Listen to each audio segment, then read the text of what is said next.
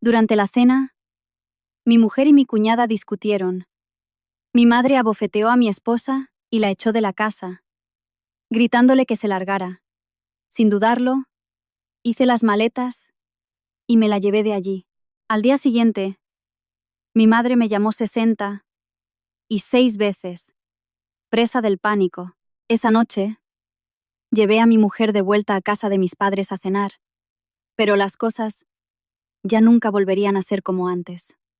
En mi familia, existía la tradición de reunirse el primer domingo de cada mes para comer. Decían que era para mantener a la familia unida y alegrar a mis padres. Pero para Lucía, mi mujer, esas comidas nunca habían sido fáciles de digerir. Ella siempre lo preparaba todo con esmero, desde una buena cesta de frutas frescas hasta suplementos de la farmacia para los huesos de mis padres. Y sin embargo, nada más cruzar el umbral de la puerta, vi en los ojos de mi esposa ese habitual destello de vacilación. Mi madre, doña Carmen, estaba en la cocina. En cuanto vio entrar a mi hermano mayor, Alejandro, y a su mujer, Elena, su rostro se iluminó por completo. Elena llevaba una pequeña bolsa de papel y le habló con voz melosa. Carmen, vi este pañuelo y supe que era perfecto para usted. Es de una boutique exclusiva. Me lo trajo un conocido de Italia. ¡Ay, hija! En las tiendas eso debe costar una fortuna, dijo mi madre, acariciando la fina seda del pañuelo con una sonrisa de oreja a oreja. Mi nuera mayor siempre tan detallista. No importa el precio. Lo que cuenta es la intención. Yo estaba al lado y le eché un vistazo al pañuelo. Ese tipo de prendas las venden a montones en los mercadillos de verano por 4 duros. Pero Elena tenía labia. Cualquier cosa que saliera de su boca sonaba a lujo. Mientras tanto, Lucía dejó en silencio la cesta de frutas y las vitaminas sobre la mesa del comedor. Y dijo suavemente: les he traído un buen vino de La Rioja y unos dulces de la pastelería que le gustan. También pasé por la farmacia a por la crema para las rodillas de mi suegro, que son muy buenas. Mi madre apenas la miró y respondió con frialdad: vale, déjalo ahí. Para la próxima no te molestes tanto. En esta casa no nos falta de nada. Vi que la mano de Lucía se detuvo un instante, apretó los labios y asintió en silencio. Una frase aparentemente inofensiva, pero suficiente para herir el orgullo de cualquiera. Hice el amago de intervenir, pero Lucía me tiró suavemente de la manga de la camisa, indicándome que lo dejara pasar. Ella siempre era así. Aguantaba un poco para mantener la paz en la comida, pero a veces, cuanto más aguantas, más se creen los demás que no sientes dolor. La comida se sirvió, un almuerzo copioso. Mi madre se sentó en la cabecera, y mi padre, don Manuel, a su lado, tan callado como de costumbre. Alejandro comía mientras alardeaba de sus negocios con frases grandilocuentes, que si estaba a punto de cerrar una gran inversión, que si unos amigos financieros le habían propuesto un fondo muy exclusivo, que si para Navidades cambiaría de coche por un Mercedes. Mi madre lo escuchaba con los ojos brillantes, asintiendo con orgullo de vez en cuando. Elena, sentada junto a mi madre, le servía comida a Alejandro, y metía baza con mucha astucia. Alejandro quiere muchísimo a su madre. Siempre me dice que en cuanto cobremos los dividendos, le reformará la cocina y la llevará a un buen balneario unos días, para que disfrute como sus amigas. Mi madre sonrió satisfecha y luego miró a Lucía. Su mirada no era abiertamente hostil desde el principio, pero siempre tenía un trasfondo gélido, como si evaluara si la nuera menor estaba a la altura de la mayor. Le sirvió un buen trozo de carne asada a Alejandro, luego otro a Elena, y cuando llegó el turno de Lucía, solo dijo: come, no te quedes ahí sentada como una estatua. Lucía asintió levemente. Le serví un poco de tortilla a mi mujer, intentando disipar la tensión, pero el ambiente en la mesa se volvía cada vez más asfixiante. De repente, Elena miró a mi esposa con una sonrisa a medias. Lucía, te veo muy delgada últimamente. Seguro que estás trabajando demasiado, pero nosotras las mujeres, hagamos lo que hagamos, deberíamos ir pensando en tener hijos.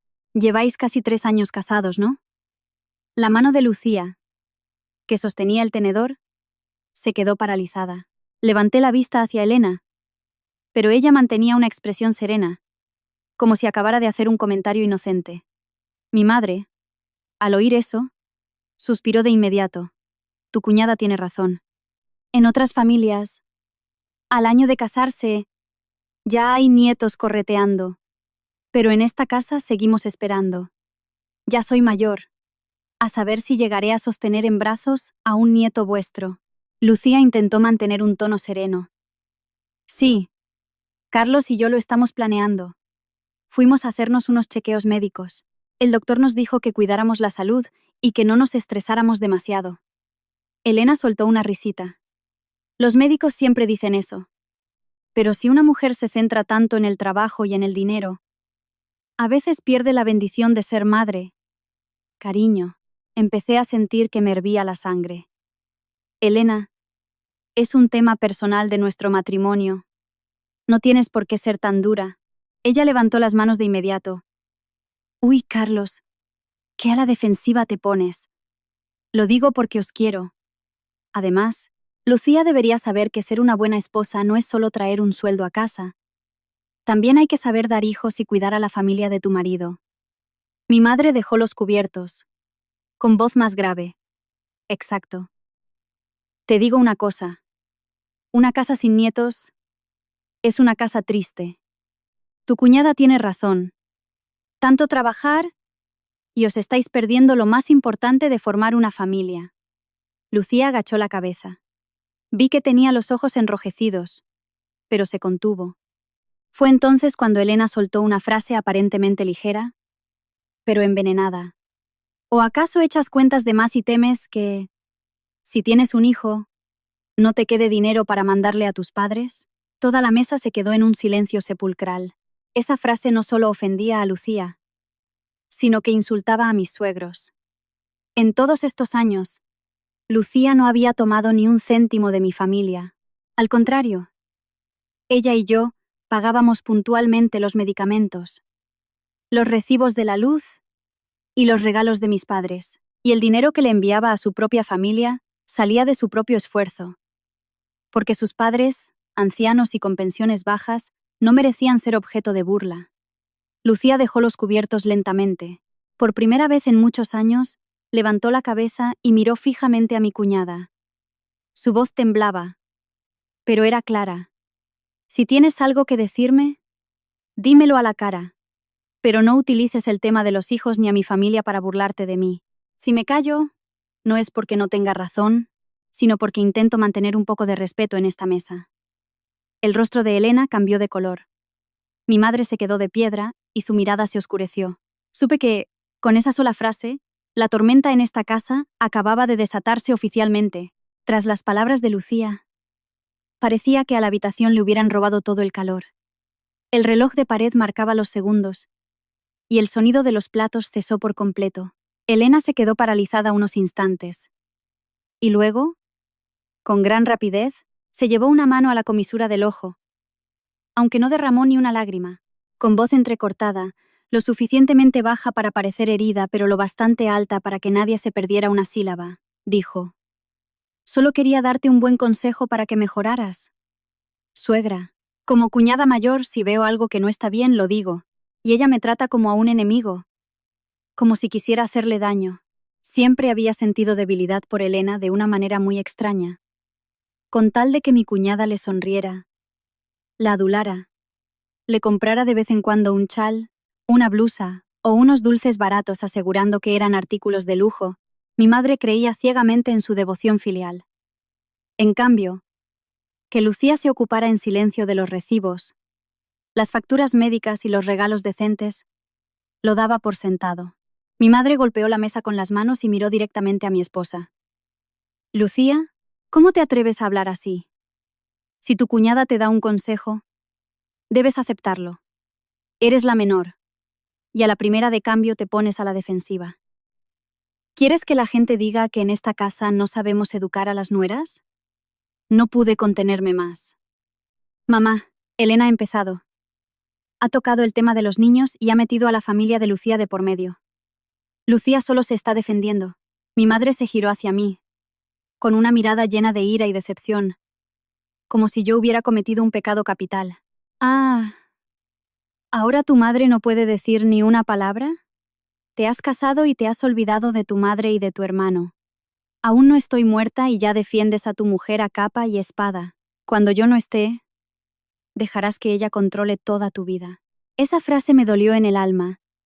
A menudo los mayores utilizan el respeto a los padres como una soga al cuello de sus hijos. Si no acatas algo, por muy injusto que sea, te tachan de mal hijo. Iba a replicar, pero Alejandro dejó su copa de vino y se aclaró la garganta. Carlos, te lo digo en serio, no te dejes manipular por las mujeres. En todas las familias hay una jerarquía. Si las mujeres de la casa no saben ceder, ¿cómo vamos a mantener la paz? Una palabra de mamá, una de tu cuñada, y ella contesta. Eso es un caos. Miré a mi hermano. Hablaba con mucha moralidad, siempre con ese tono de hombre de mundo, pero en los últimos años, cuando mis padres se enfermaban y me llamaban, era yo quien pagaba las medicinas. Cuando se estropeó la caldera, yo la arreglé. A fin de mes, si faltaba dinero para la compra, éramos mi mujer y yo quienes hacíamos la transferencia. Alejandro solo era bueno para sentarse a la mesa a contar grandezas financieras, para que mi madre presumiera ante los parientes. Lucía levantó entonces la mirada, con voz temblorosa pero firme. Puedo aguantar que mi suegra me llame torpe o callada. Puedo aguantar que Elena diga que no sé ganarme a la familia. Pero el tema de los hijos es un dolor privado de nuestro matrimonio. Y mis padres en su pueblo no han hecho nada malo para que se burlen de ellos. No puedo seguir callando. Elena, como si solo estuviera esperando eso, se volvió hacia mi madre alzando la voz. Ya lo ves, suegra. Mírela. Qué altiva. Se le dice una palabra y saca a su familia a relucir como si aquí la estuviéramos maltratando. Le digo la verdad, usted es demasiado buena y por eso la pisotean. Mi madre enrojeció de ira, se puso de pie de un salto. La silla de madera chirrió fuertemente contra el suelo. Mi padre, que había estado callado todo el tiempo, susurró. Carmen, por favor, estamos comiendo. Pero mi madre lo cortó en seco. Tú te callas, precisamente porque siempre te callas. En esta casa hay gente que no respeta las normas. Luego señaló con el dedo a la cara de Lucía, con una voz pesada como una losa. Te digo una cosa. Una mujer sin la bendición de tener hijos debe saber agachar la cabeza. Aún no le has dado un nieto a esta familia, y encima te atreves a contestarme. ¿Te crees que porque Carlos te defiende puedes decir lo que te dé la gana? Lucía se atragantó. Vi cómo sus labios palidecían, pero no agachó la cabeza. Miró a mi madre, con los ojos llenos de lágrimas, pero manteniendo la compostura. La respeto, suegra, pero no acepto que me insulten continuamente. Soy su nuera. No un saco de boxeo para que la familia descargue su ira. Apenas terminó la frase, mi madre se abalanzó tan rápido que no tuve tiempo de detenerla. Un zas seco resonó en el comedor. Lucía se tambaleó hacia un lado, llevándose la mano a la mejilla. Una marca roja apareció claramente en su rostro, y de la comisura de sus labios, cortados por sus propios dientes, brotó un poco de sangre. Toda la habitación se quedó en silencio. Me puse en pie de un salto. En ese instante, me zumbaron los oídos. Ya no oía la respiración agitada de mi madre, ni el fingido jadeo de asombro de Elena, ni veía la comida frente a mí. Solo veía a mi mujer, la mujer que había soportado tanto por mí. Acababa de ser abofeteada por mi propia madre delante de mis narices. Mi madre aún no había terminado. Escupió cada palabra. Lárgate con tus padres. En esta casa no toleramos a una nuera que se atreva a contestar a su suegra. Lucía se quedó inmóvil. Las lágrimas caían, pero no lloró en voz alta. Solo se volvió para mirarme. Esa mirada me dolió más que cualquier reproche. No me preguntaba a quién elegiría. Solo parecía preguntarme si, ese día, también tendría que soportarlo. Me acerqué. Tiré de Lucía hacia mí y la escondí tras mi espalda. Tomé su mano helada. Miré a mi madre, a Alejandro, a Elena, y hablé muy despacio, clavando cada palabra en el suelo. Acabas de golpear a mi mujer delante de mí. A partir de este momento, No permitiré que se quede en esta casa ni un minuto más. Mi madre me miró como si no diera crédito a lo que oía. Tal vez pensó que era solo un arrebato de un hijo enfadado. Esbozó una sonrisa irónica, con una voz afilada como un cuchillo. Pues vete, valiente. A ver cuántos días duráis fuera de esta casa. No te creas que por tener un buen sueldito puedes darle lecciones a tu madre. No respondí. Si hubiera sido antes, probablemente habría intentado explicarle que nunca les había negado nada, pero esa noche me di cuenta de una cosa. Hay personas que no escuchan la verdad cuando prefieren creer en los halagos. Cuanto más discutiera, más daño le harían a Lucía. Elena, sentada junto a mi madre, agachó la cabeza como si estuviera asustada. Pero en el instante en que me giré, vi muy claramente cómo se le curvaba ligeramente la comisura de los labios. Una sonrisa tan fugaz que, si no te fijabas, creerías haber visto mal. Era la sonrisa de quien acaba de sacarse una espina del zapato. Alejandro dio un golpe en la mesa, derramando el vino de su copa. Carlos, te estás pasando. Son cosas de mujeres. Mamá se ha calentado y le ha dado un bofetón para que espabile. No es para montar este drama. Tienes que saber mantener la paz. No coger las maletas a la primera que tu mujer llora un poco. Me volví hacia él. ¿Un bofetón en la cara de mi mujer te parece cosas de mujeres? Alejandro dudó un momento, pero intentó mantener el tono alto. ¿Y qué quieres? ¿Que obligue a mamá a pedirle perdón? Te dio la vida, te crió. ¿Y ahora por tu mujer vas a hacer que mamá quede en ridículo ante todos? No le respondí más. Me volví hacia Lucía. Su mejilla estaba al rojo vivo y tenía un hilito de sangre en el labio. Tomé una servilleta y la limpié suavemente. Me miró. Las lágrimas rodaron por sus mejillas y, con voz apenas audible, me dijo: «Lo siento. Por mi culpa te he puesto en un compromiso». Aquello me partió el corazón. Era ella la que había sido insultada y golpeada. Y, sin embargo, en lo primero que pensaba era en mí. Le apreté la mano, intentando que mi voz no temblara. «Tú no tienes que pedir perdón por nada». La ayudé a levantarse y la saqué del comedor.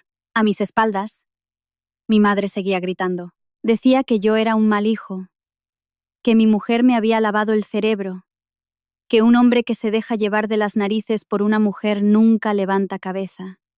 Esas frases caían a mi espalda como pedradas, pero esta vez no me di la vuelta para recogerlas. Fui directo a la pequeña habitación al final del pasillo, donde solíamos quedarnos cuando íbamos de visita. Era pequeña, con una cama de madera, un armario viejo y un escritorio. Lucía se quedó en la puerta, abrazándose a sí misma, pálida por el dolor y la humillación. Abrí el armario, saqué nuestra maleta gris y empecé a guardar nuestras cosas. Algo de ropa, documentos, mi portátil, los cargadores y las medicinas para el estómago y las alergias de Lucía. A ella le daban alergias con los cambios de estación. Esos pequeños detalles mi madre nunca los recordaba, y a Elena no le importaban. Pero para mí, eran cosas que no podía olvidar, porque tenían que ver con la mujer a la que prometí cuidar toda la vida. Desde el pasillo, los gritos de mi madre seguían resonando. «Recogedlo todo, limpiadlo todo, y cuando os vayáis, no volváis llorando. En esta casa no aceptamos nueras que le faltan el respeto a su suegra y luego vienen suplicando». Lucía me tiró de la manga. «A lo mejor. Vámonos ya, Carlos. No cojas tantas cosas. No quiero que tu madre se enfade más». Negué con la cabeza. «No nos vamos a ir huyendo. Nos vamos con la cabeza alta. Nos llevamos lo nuestro. Y lo que haya que aclarar, ya se aclarará». Al salir al salón para recoger unos papeles de un cajón, me fijé de pronto en un sobre familiar. Era un sobre Manila, del tipo que solía usar para dejarle dinero en efectivo a mi madre cuando la visitaba.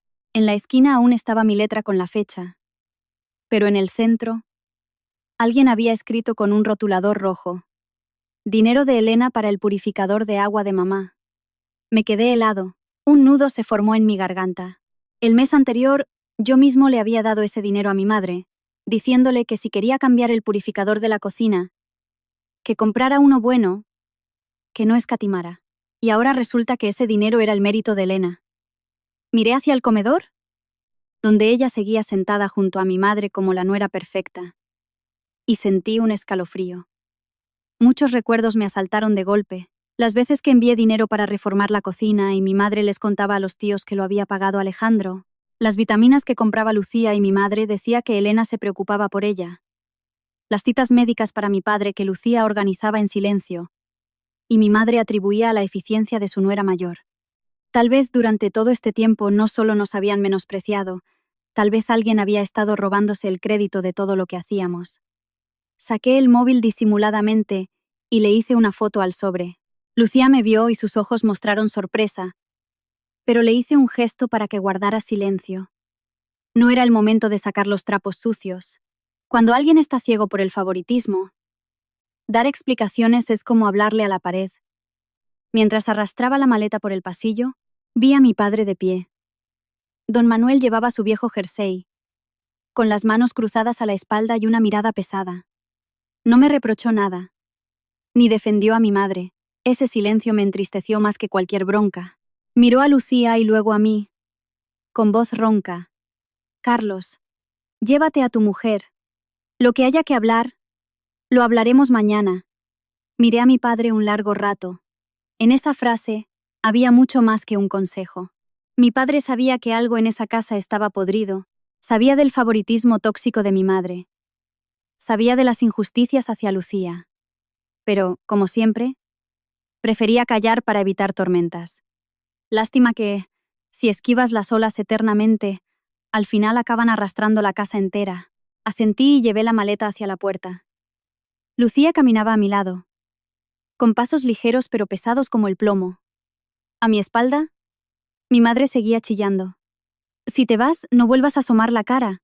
Para mí, es como si nunca hubiera tenido a esta nuera. Me detuve en el umbral, me giré y la miré. Estaba en medio del salón, roja de ira, con los brazos en jarras. A su lado, Elena fingía secarse unas lágrimas mirando al suelo. Ya no sentía rabia explosiva. Solo me quedaba una frialdad muy lúcida. Tranquila, mamá, dije despacio. Esta vez me voy para que descubras quién es realmente el que se preocupa por ti. Dicho esto, tomé la mano de Lucía y salí. La puerta se cerró a nuestras espaldas, dejando los gritos encerrados en una casa que, desde hacía tiempo, se caía a pedazos por dentro. Afuera empezaba a lloviznar. No era un chaparrón, sino esa lluvia fina, fría y persistente de Madrid, que hace brillar el asfalto bajo las farolas anaranjadas. Abrí el maletero del coche, metí la maleta y ayudé a Lucía a sentarse en el asiento del copiloto. No dijo nada.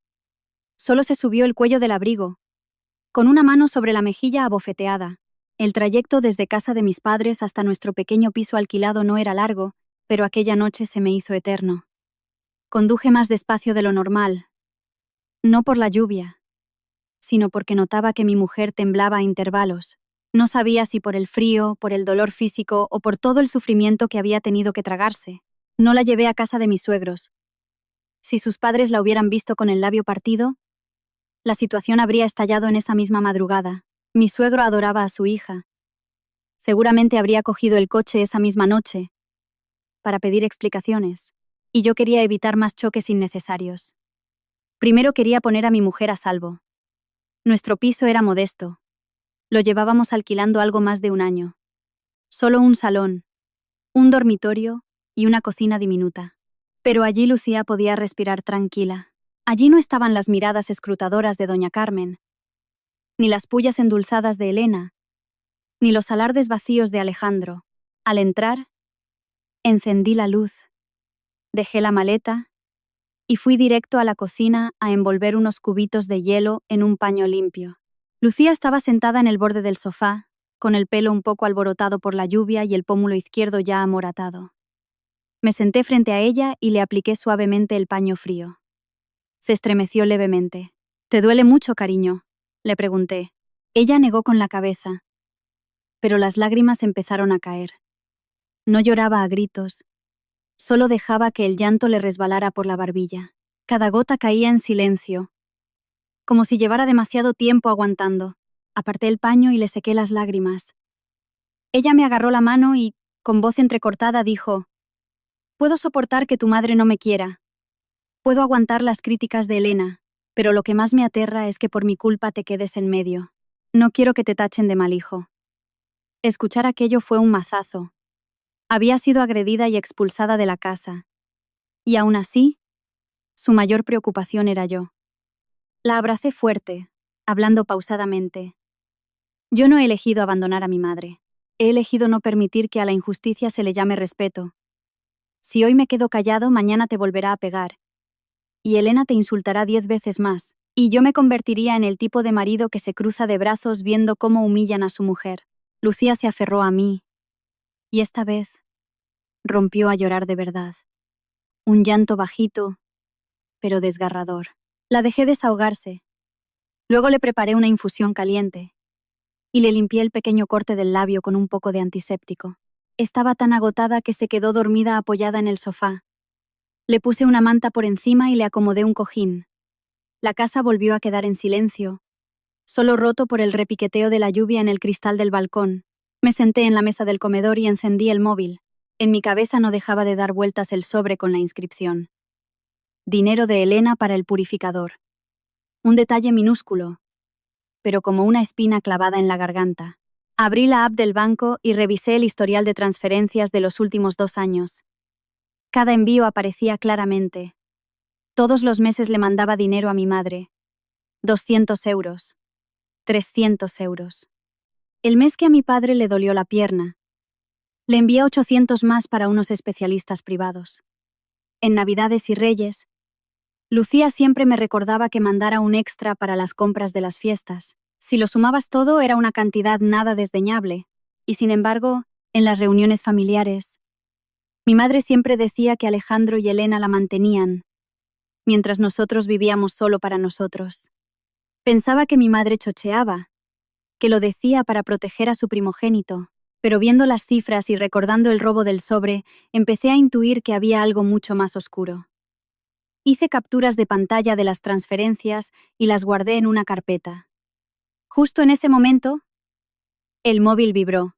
Un mensaje de WhatsApp de un número desconocido apareció en la pantalla. «Carlos, ten cuidado con Alejandro y Elena. Están metiendo a tu madre en una deuda gigantesca». Me incorporé de golpe. El corazón me dio un vuelco. Llamé inmediatamente a ese número. Pero dio un tono largo y luego comunicó. Llamé otra vez. Nadie contestó. Lucía se movió en el sofá, así que bajé el volumen del móvil y salí al balcón. Minutos después, el número desconocido envió una captura de pantalla. Era de un grupo de Telegram con un nombre pretencioso: Club de Inversión VIP, Crecimiento. En el grupo, vi el perfil de mi hermano Alejandro y otro con la foto de Elena. Los mensajes me helaron la sangre. Alejandro: hay que meter más para recuperar lo perdido. ¿Podemos pedir prestada la cartilla de ahorros? ¿Puede mamá firmar como avalista? ¿Que no se entere Carlos? Amplié la foto. La euforia fingida de Elena. La fe ciega de mi madre. Todo dejaba de ser un simple problema de suegra y nuera. Detrás de los regalos baratos y la labia empalagosa, se había orquestado una trampa financiera. Y mi madre, por orgullo y favoritismo, estaba siendo empujada al abismo por sus propios protegidos. Apagué la pantalla, jurándome que por la mañana lo investigaría todo a fondo. Esta vez no iba a volver para discutir. Iba a volver para destapar la verdad. No sé a qué hora me quedé dormido. Quizá ya de madrugada. Cuando la lluvia había escampado, Lucía, por fin, descansaba en la cama tras una noche agotadora. Pero mi sueño fue inquieto. Las palabras del misterioso mensaje y el maldito sobre me cortaban como cristales rotos. A la mañana siguiente, me despertó la vibración incesante del móvil sobre la mesita de noche. Al principio pensé que era la alarma, pero al agarrarlo vi la pantalla iluminada con decenas de llamadas perdidas. El nombre de mamá aparecía una y otra vez. 23 llamadas. Aún no me había incorporado cuando volvió a vibrar. La llamada 24, la 25, la 26. Miré la pantalla un largo rato sin descolgar. Si mi madre solo quería insultarme y exigirme que llevara a Lucía a pedir perdón, Me habría llamado un par de veces y habría dejado algún mensaje de voz furioso, pero esa insistencia, desde tan temprano, indicaba que algo grave había pasado. Sentí una pesadez enorme en el pecho, como si la tormenta de anoche hubiera sido solo el viento previo al huracán. Lucía también se despertó. Se sentó en la cama, con el pelo revuelto y el moretón en la mejilla de un tono violáceo. Al ver que mi teléfono no paraba de vibrar, me preguntó suavemente: ¿Es tu madre?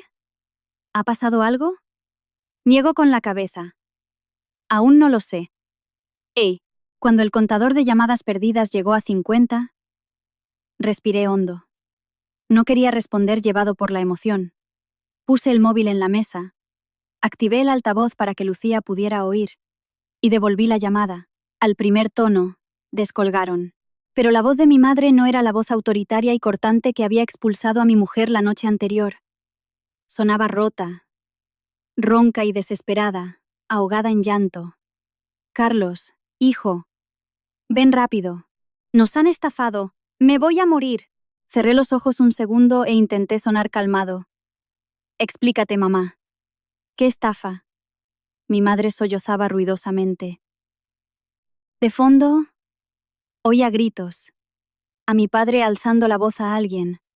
Ruidos de cosas volcándose. Mi madre tartamudeaba, como si ella misma no pudiera creer lo que pasaba en su propia casa. Esta mañana han venido unos hombres a cobrarle una deuda a Alejandro. Dicen que si hoy no hay dinero, embargarán la casa. Carlos, ¿cómo hemos llegado a esto? Apreté el teléfono con fuerza. ¿De cuánto es la deuda? Hubo un silencio al otro lado. Mi madre habló tan bajo que el llanto casi tapó sus palabras. Más de 60.000 euros. Contando los intereses de demora. Dicen que casi 90.000. Lucía se quedó de piedra a mi lado. Yo, aunque había leído el mensaje de anoche, sentí un escalofrío helado. Alejandro, el hombre que todas las noches hablaba de inversiones y coches de lujo, estaba ahogado en deudas. ¿Y por qué deben tanto?, pregunté. Mi madre lloraba más fuerte. Decía que era una inversión en bolsa o criptomonedas. Al principio ganaba. Me enseñaba que había ganado miles de euros en un par de días. Luego Elena me dijo que era una oportunidad única, que si poníamos un capital grande, para fin de año seríamos ricos. Y yo me lo creí. Al escuchar el nombre de Elena, se me encogió el estómago. Lucía bajó la mirada y entrelazó las manos.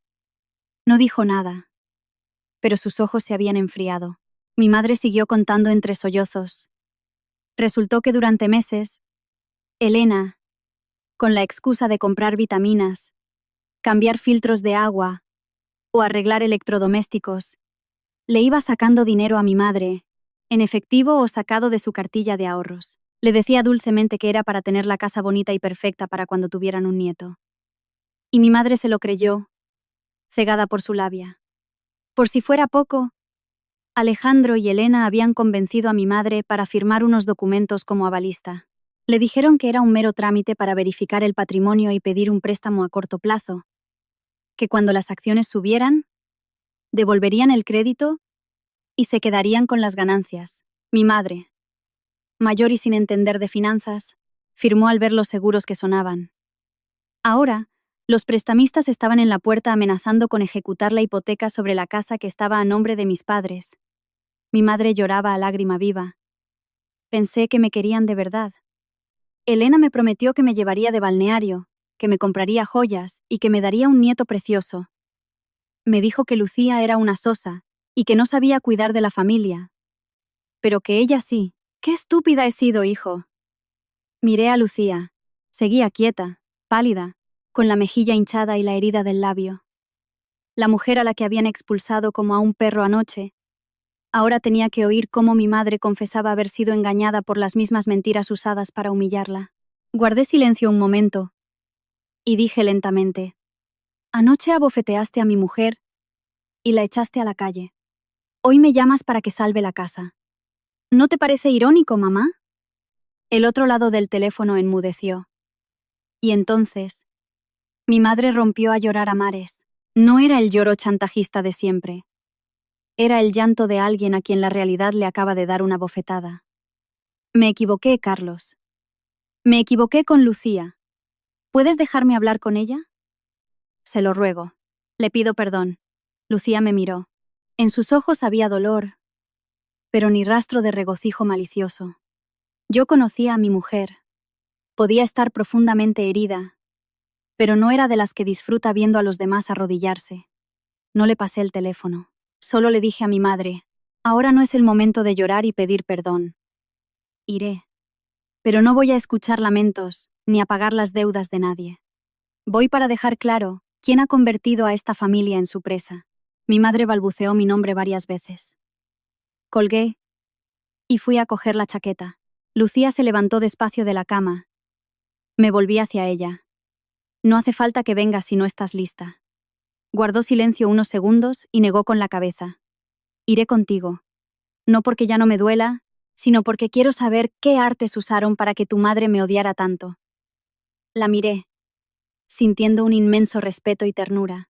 Llevaba a mi esposa de vuelta a esa casa, pero ya no era la nuera ofendida que agachaba la cabeza. Volvía conmigo, armada con la calma de quien tiene la llave de la verdad.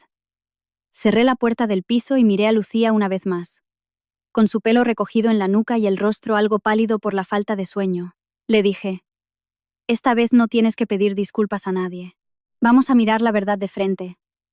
Si te cansas, quédate detrás de mí. Y si alguien te vuelve a insultar, nos vamos inmediatamente. Lucía asintió. No tengo miedo de volver. Solo temo que tu madre siga sin abrir los ojos. Pero si no vamos... A lo mejor Alejandro y Elena la hunden del todo. A estas alturas, no pensaba en vengarse de mi madre. Solo quería que la verdad saliera a la luz. Cuando aparcamos frente a la casa de mis padres, vi que algo iba mal. En la puerta había dos tipos mal encarados fumando. Uno llevaba una chaqueta de cuero negra y un tatuaje en el cuello. El otro miraba impaciente hacia el patio tecleando en su móvil. Al verme bajar, me escanearon de arriba abajo con miradas hostiles. ¿A quién buscáis?, pregunté. El de la chaqueta exhaló el humo y sonrió con sorna. A alguien que pague. ¿Tú eres el hijo menor? Pues entra y convence a tu hermanito y a tu madre. No nos hagáis perder el tiempo volviendo aquí. Ah, ah, ah, ah, ah, ah, ah, ah, ah, ah. El de la chaqueta exhaló el humo. No respondí y pasé con Lucía directamente al patio. Estaba todo revuelto. Sillas de plástico volcadas, fotocopias por el suelo, las macetas de mi madre desencajadas. La puerta del salón estaba abierta de par en par, y desde allí se oían los lamentos de mi madre. Doña Carmen estaba sentada en el suelo, despeinada, pálida, como si hubiera envejecido 10 años en una noche. La mujer que ayer caminaba erguida echando a mi esposa, ahora se agarraba el pecho temblando. Al verme, intentó levantarse y corrió a agarrarme del brazo. «Carlos, sálvame. Nos han engañado. Han venido hasta aquí. Amenazan con quedarse con la casa, con montar un escándalo en el barrio. ¿Qué hago, hijo?» No la aparté, pero tampoco la abracé como solía hacer. A veces, por mucho que quieras a tu madre, tienes que dejar que afronte las consecuencias de su propio ceguera. La miré a los ojos y le dije, ¿quieres que te salve o quieres que siga siendo el cajero automático de Alejandro y Elena? Mi madre se quedó paralizada y su agarre se aflojó. Agachó la cabeza, con los labios temblorosos, incapaz de articular palabra. Quizá era la primera vez que le hablaba con tanta crudeza. En ese momento, Elena salió de la cocina. Llevaba ropa cómoda de estar por casa, el pelo recogido con una pinza, e intentaba mantener una expresión serena. Si no fuera por la forma frenética en la que movía los ojos, parecería una víctima más. Menos mal que has venido, Carlos, dijo, suavizando la voz. Los asuntos de familia se resuelven en casa. Mamá está muy asustada. No le digas cosas que la alteren más. Lucía seguía detrás de mí, en silencio, pero Elena no perdió la oportunidad. Miró a mi mujer y curvó los labios.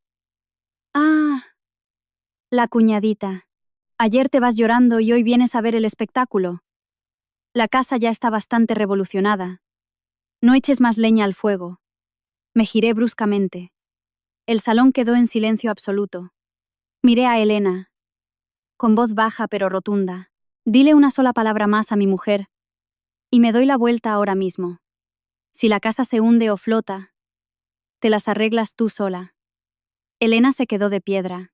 Mi madre levantó la vista hacia mí, y por primera vez, se giró hacia Elena y le gritó con furia real. Tú te callas. Estoy desesperada. No lo empeores más. Ese grito no fue tan fuerte como el que usó con Lucía la noche anterior. Pero para mí, fue la primera grieta en el muro de favoritismo de mi madre. Elena apretó los labios, con los ojos fríos, pero no se atrevió a contestar. Por las escaleras bajó Alejandro. Llevaba una camisa arrugada, el pelo alborotado y una expresión derrotada. Aunque intentaba mantener su habitual pose de indiferencia, al verme forzó una sonrisa. Carlos, no escuches a esos matones.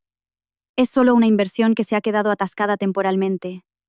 En unos días recupero la liquidez y lo soluciono. Lo miré fijamente.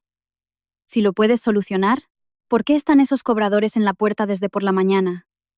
Si es temporal, ¿por qué me ha llamado mamá 66 veces? El rostro de Alejandro se tensó y desvió la mirada. Tú no entiendes de inversiones. Las fluctuaciones del mercado son normales.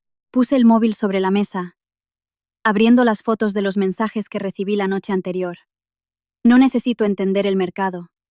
Necesito entender los contratos de préstamo, de qué aplicaciones sacasteis el dinero, los avales y los movimientos bancarios. Ponlo todo encima de la mesa. Elena saltó inmediatamente. ¿Y tú quién te has creído?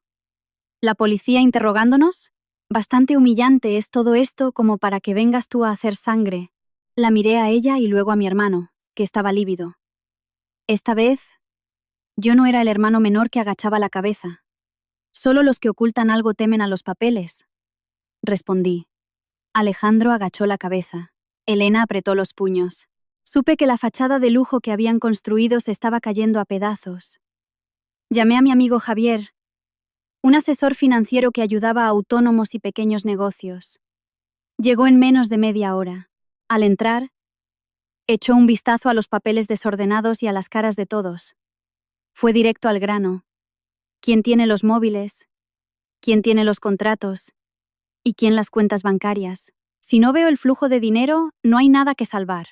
Alejandro se resistió. Es un asunto familiar. Ocultaste las cosas demasiado tiempo. Le interrumpí. ¿Acaso temes que lo sepan los de fuera cuando ya tienes a 2 cobradores golpeando la puerta? Un ruido metálico sonó afuera. Los prestamistas estaban golpeando la verja. Mi madre saltó de la silla, tapándose el pecho. Mi padre fue a asomarse y volvió con el rostro ceniciento.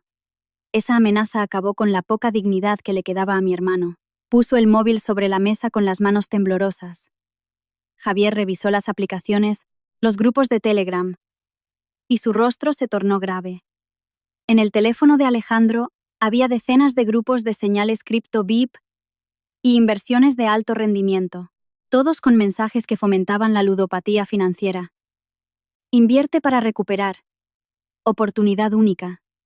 30% mensual garantizado. Esto es el clásico anzuelo, suspiró Javier. Te dejan ganar unas veces para que te confíes. Luego pierdes y te incitan a pedir préstamos rápidos para recuperarlo. Es un pozo sin fondo. Lucía, a mi lado, iba apuntando en un papel las fechas y las cifras. No abría la boca, pero cada dato que anotaba era una cuchillada a las mentiras de mis cuñados. Al revisar los movimientos bancarios, descubrimos que Alejandro no solo usó su dinero, pidió microcréditos, dinero a conocidos y puso a mi madre como avalista. Yo no firmé nada de eso, dijo mi madre asustada.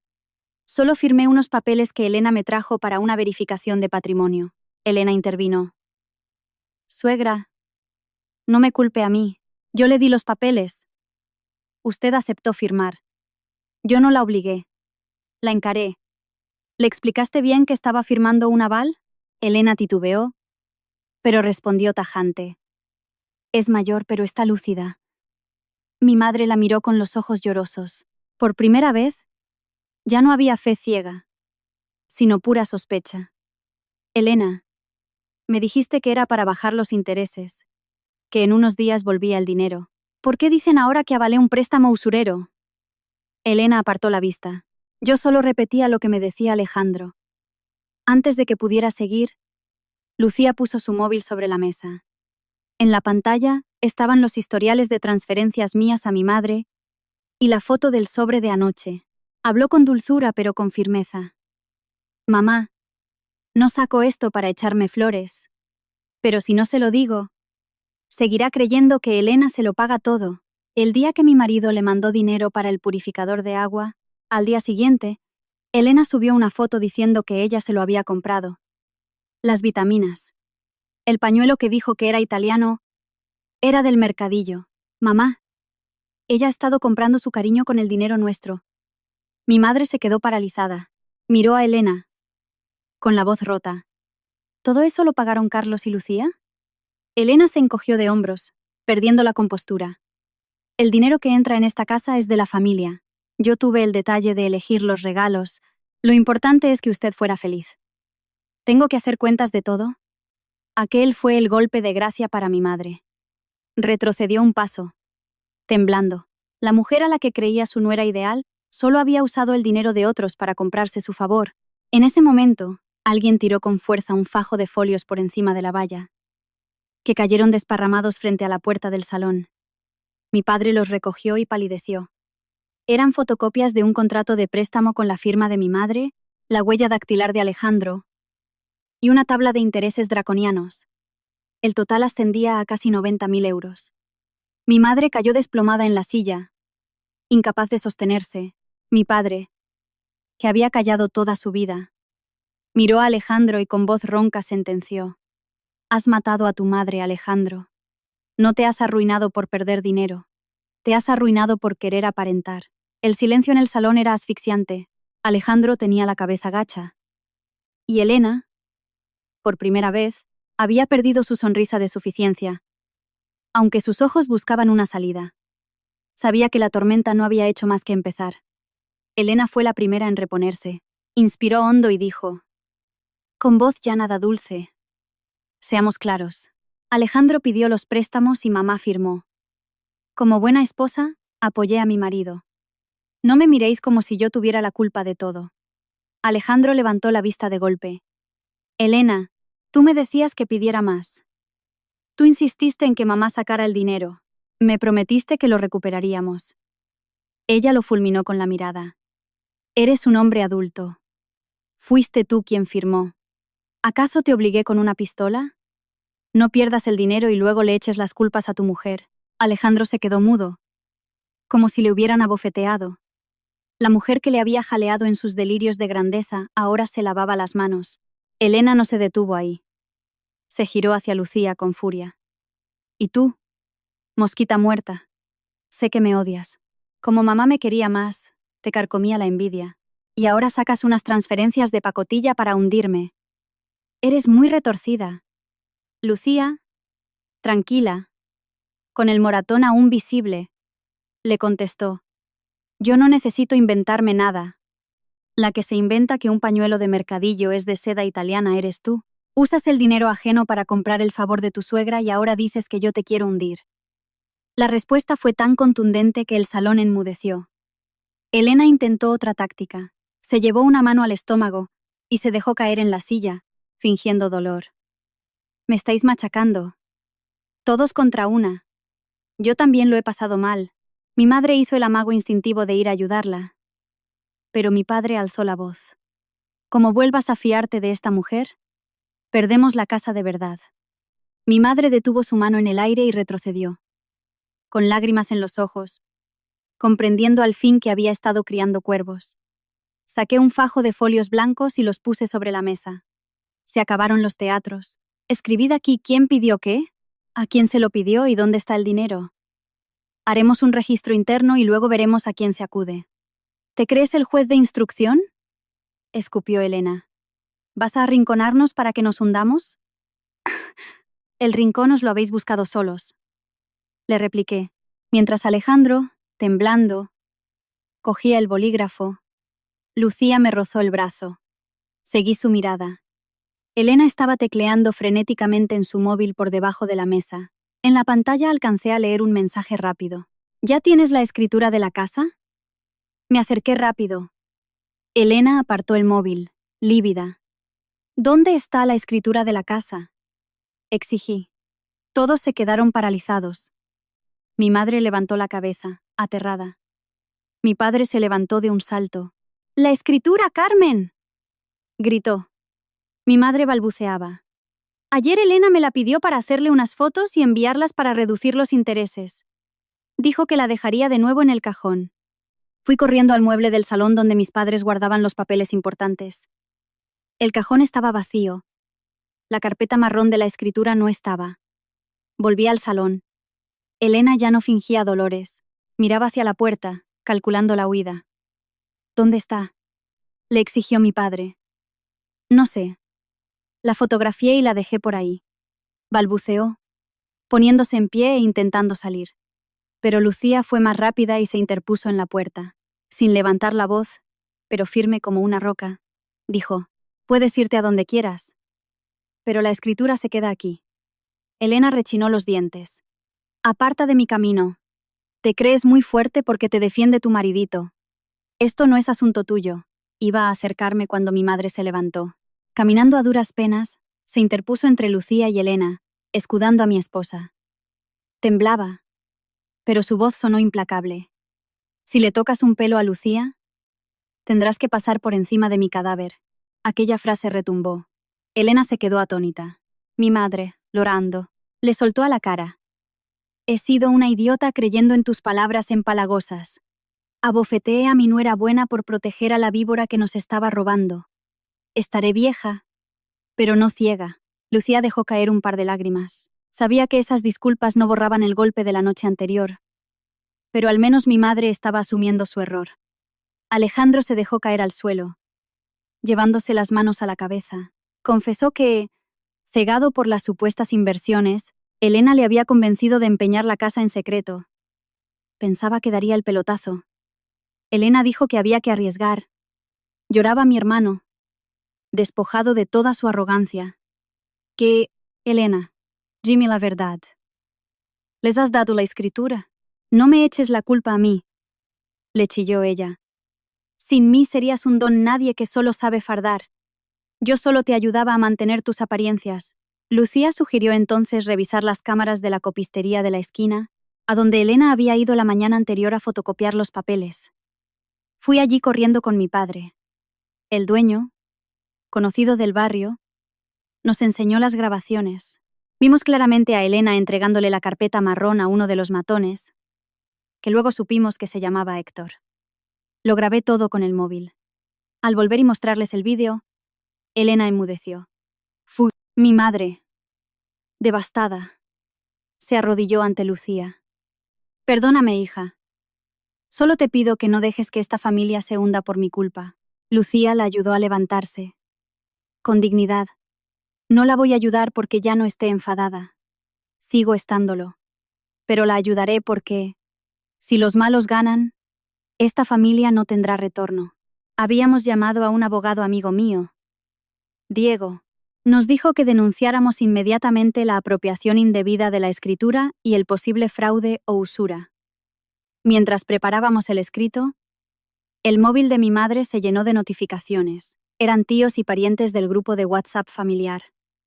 Carmen, ¿cómo dejas que la nuera pequeña te quite la casa?, decía uno. Carlos es un oportunista, decía otro. Alguien había mandado al grupo un vídeo cortado donde se veía a Lucía en la puerta, diciendo la escritura se queda aquí, y luego a mi madre firmando papeles, el informe para el abogado, todo con un texto que decía: la nuera menor se venga de la suegra e intenta quitarle la casa. Era obra de Elena. Sabía que el punto débil de mi madre era el qué dirán, la vergüenza ante la familia. Mi madre palideció. Ay, Dios mío, ¿qué van a pensar? Mejor lo dejamos correr, Carlos.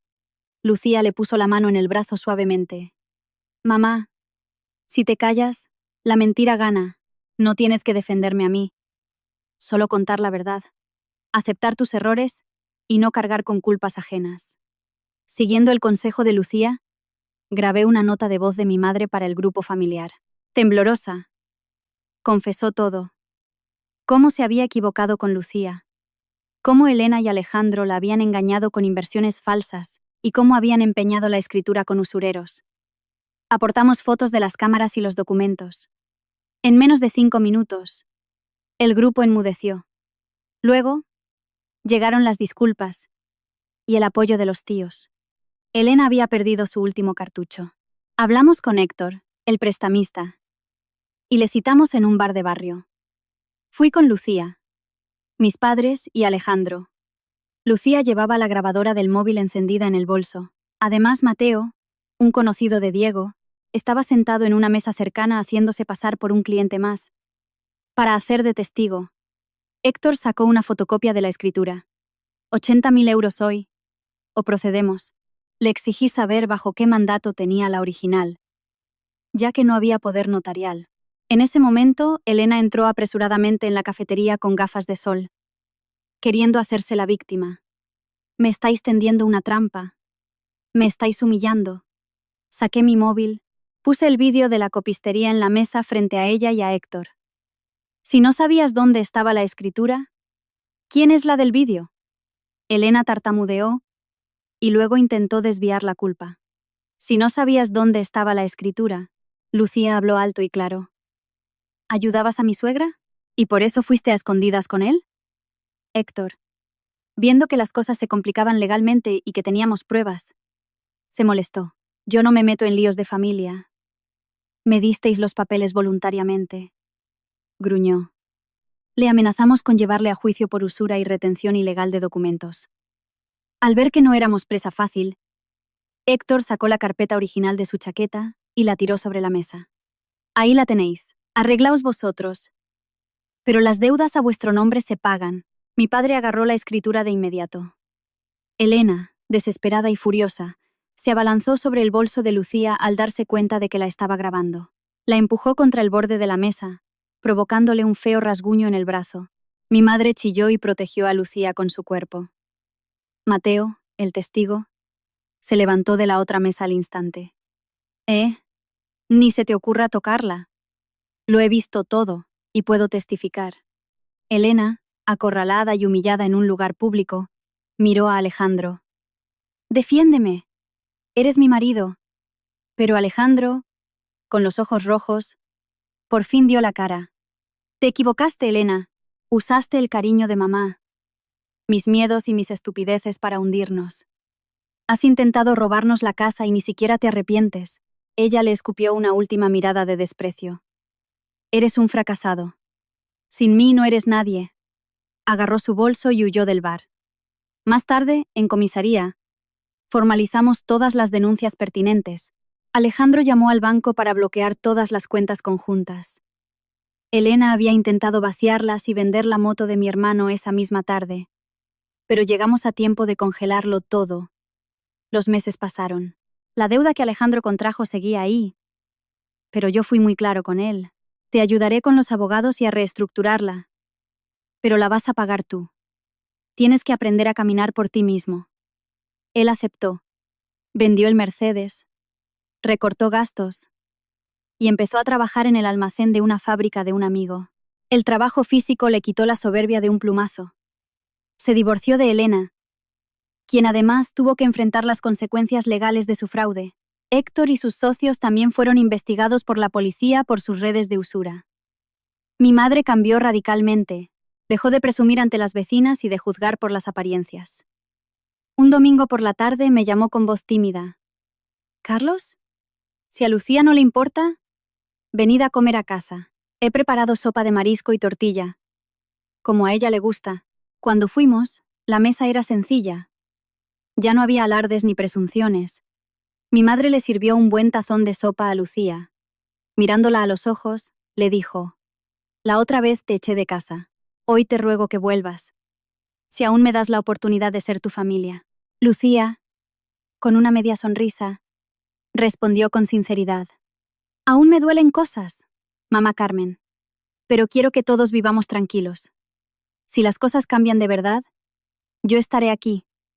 Alejandro, que había llegado tarde del almacén, Con las manos ásperas, le entregó una bolsita con naranjas a Lucía, compradas con su sueldo. Se disculpó, esta vez de corazón. Ese domingo, la comida no fue eufórica, pero fue real. Aprendimos que la familia no es el lugar donde uno tiene que tragar con todo por respeto mal entendido, sino el lugar donde, cuando alguien se equivoca, tiene el valor de agachar la cabeza y enmendarlo. La bofetada que estuvo a punto de destruir nuestra familia fue, al final, la grieta necesaria para sacar a la luz la podredumbre y permitirnos construir algo mucho más fuerte y auténtico.